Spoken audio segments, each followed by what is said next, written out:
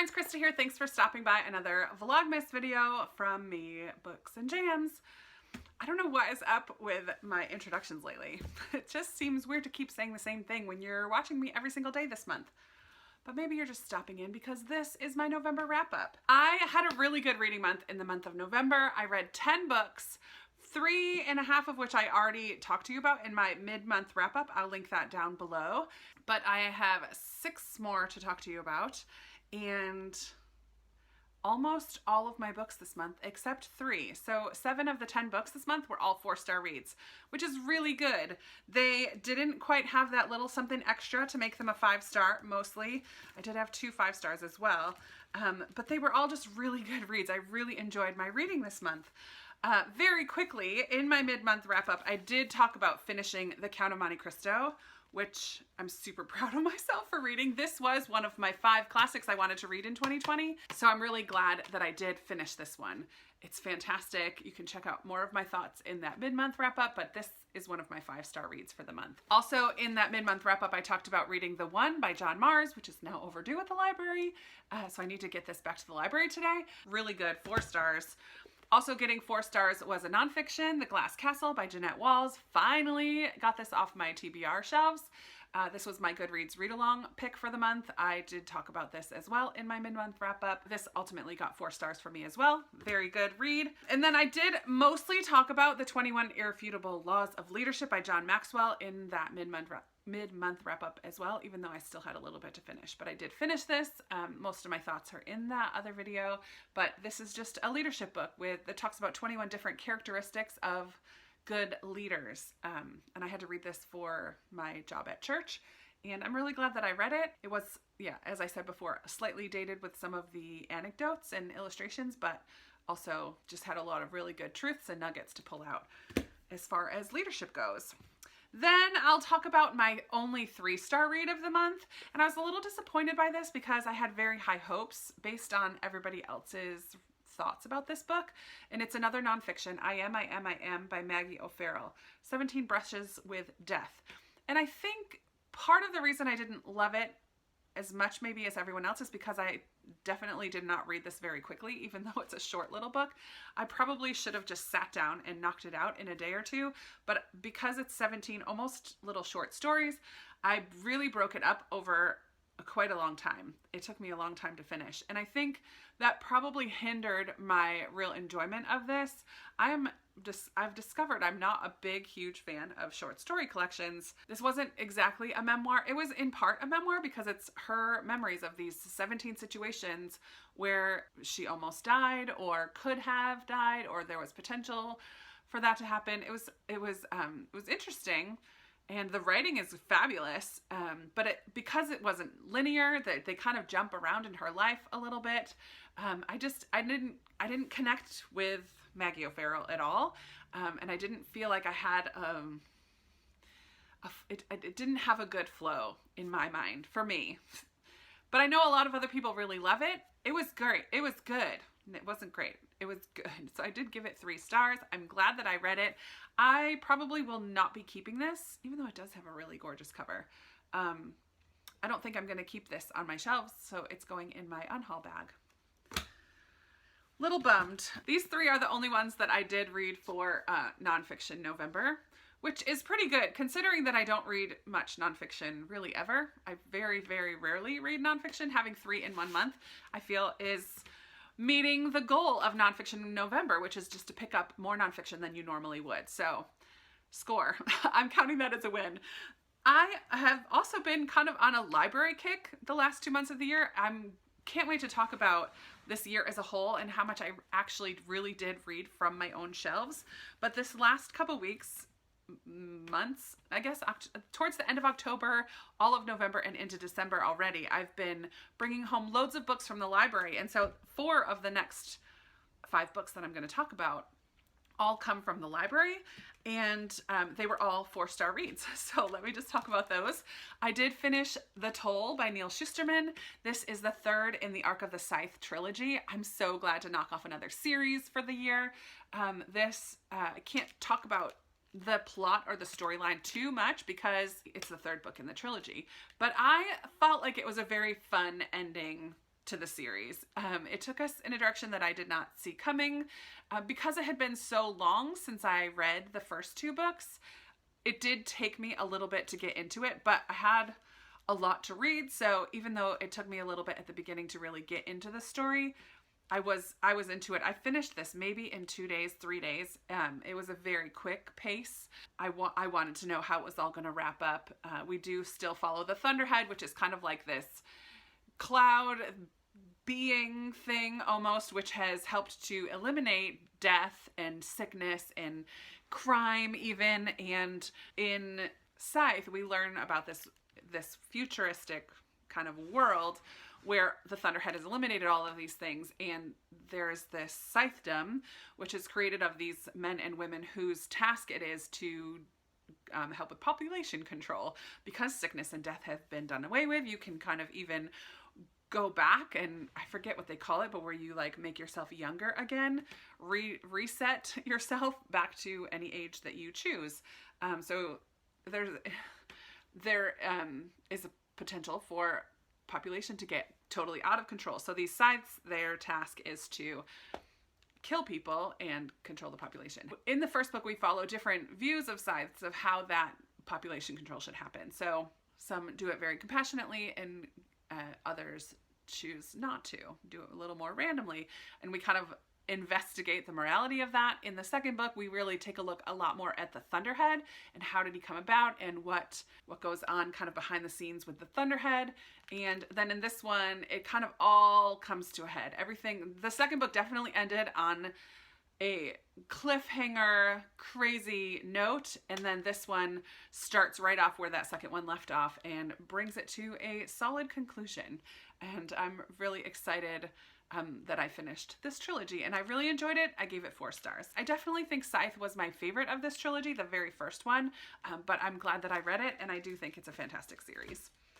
Another kind of dystopian, post-apocalyptic type book, not post-apocalyptic, this is definitely more dystopian, The Gracie Er by Kim Liggett. This one I had heard kind of loosely compared to The Hunger Games meets The Handmaid's Tale.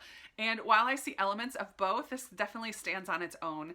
In this, we follow this one community where every year, the 16-year-old girls who turned 16 within the year are sent off to this separate encampment because it's thought that once they turn 16, they kind of get this magic and they need to get the magic out of their system so that they can be a viable member of the community.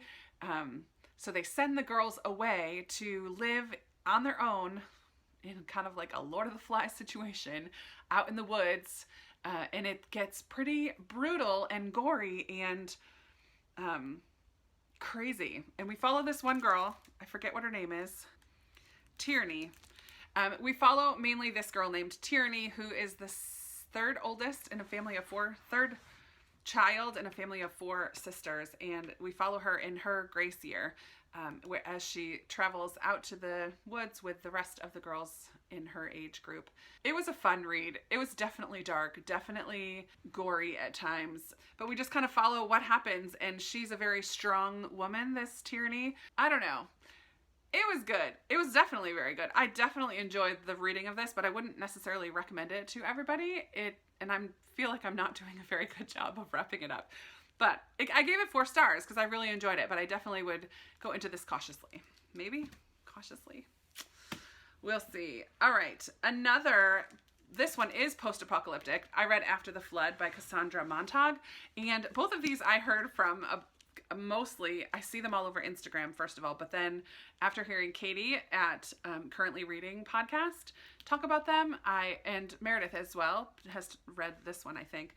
After hearing them talk about these books on their podcast, I knew that I had to pick them up.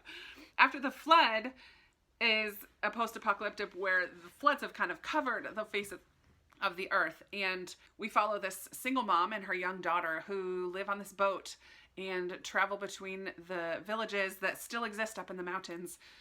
There's not very much land mass at all. Actually, it's kind of fun. There's a map at the beginning, which I always love a map at the beginning. Where is it here? where you can kind of see the North America here, and these are the only colonies that exist left. There's only like 4 or 5 colonies.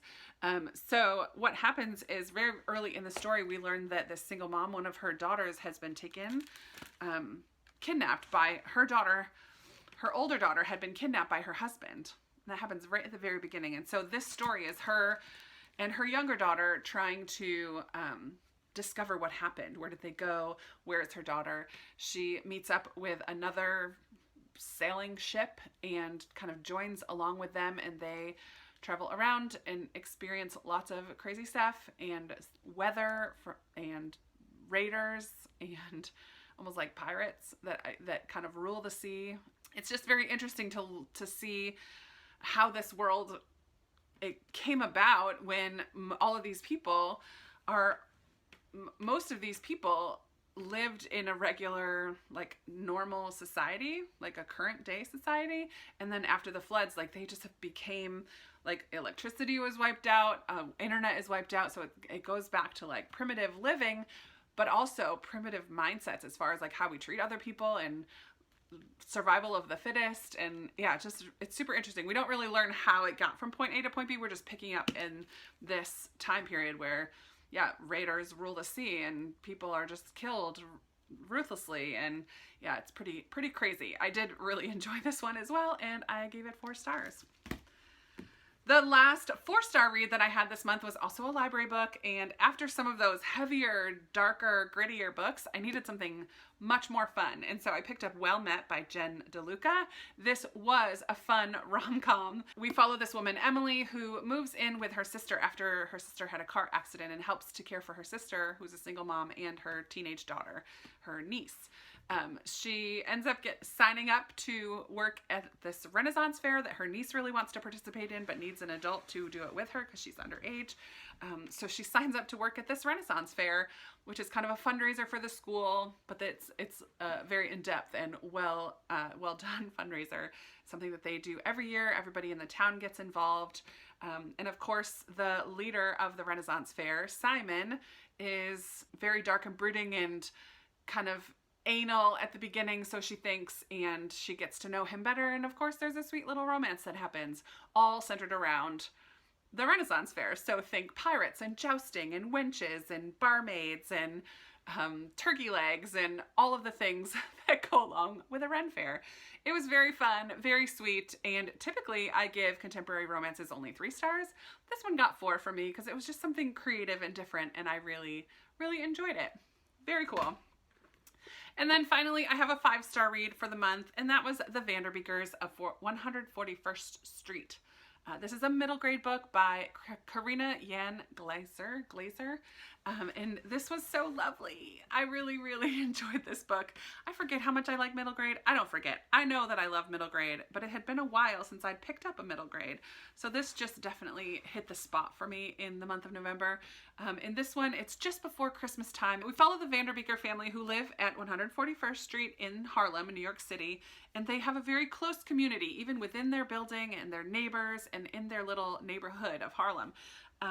But just a few days before Christmas, they learn that their landlord, who lives on the 3rd story of their house, has not renewed their lease. So before the end of the year, they need to move out of their home. That's the only home that they've known. So these 5 siblings, who each have such distinct and unique and fun personalities, all kind of work together to do their best to change the mind of their landlord, who lives on the 3rd story. He's a cranky agoraphobic who never leaves his house, but they try to give him presents and get people to sign a petition for them to stay. And their well-intentioned plans don't often go off as hoped, and things get a little crazy. But it's just a sweet Christmas time story to read. It happens over the course of 1 week, and it's really lovely, and I cannot wait to pick up another book. I think this has 2 or 3 books now in this series where we follow this same family. I love the family. I love the parents. I love each of the kids. Yeah, this one was definitely a winner. A winner for me. So there you have it. Oh golly, I'm not sure if I'm going to be able to hold these because some of these are really chunka-munka. Count of Monte Cristo is huge. The Toll is huge. But these all need to get back to the library. Most of them need to get back to the library. Okay, we're gonna do it. We're gonna do it. Bum, bum, bum. So here are the books that I read in the month of November. Ooh, they're all in frame perfectly. I would love to hear from you. Have you read any of these books? I need to set them down. Ooh. Have you read any of those books? Have any of those been added to your TBR since watching this video? Are they already on your TBR? Are you interested in any of them? Did you have different thoughts from me on any of them?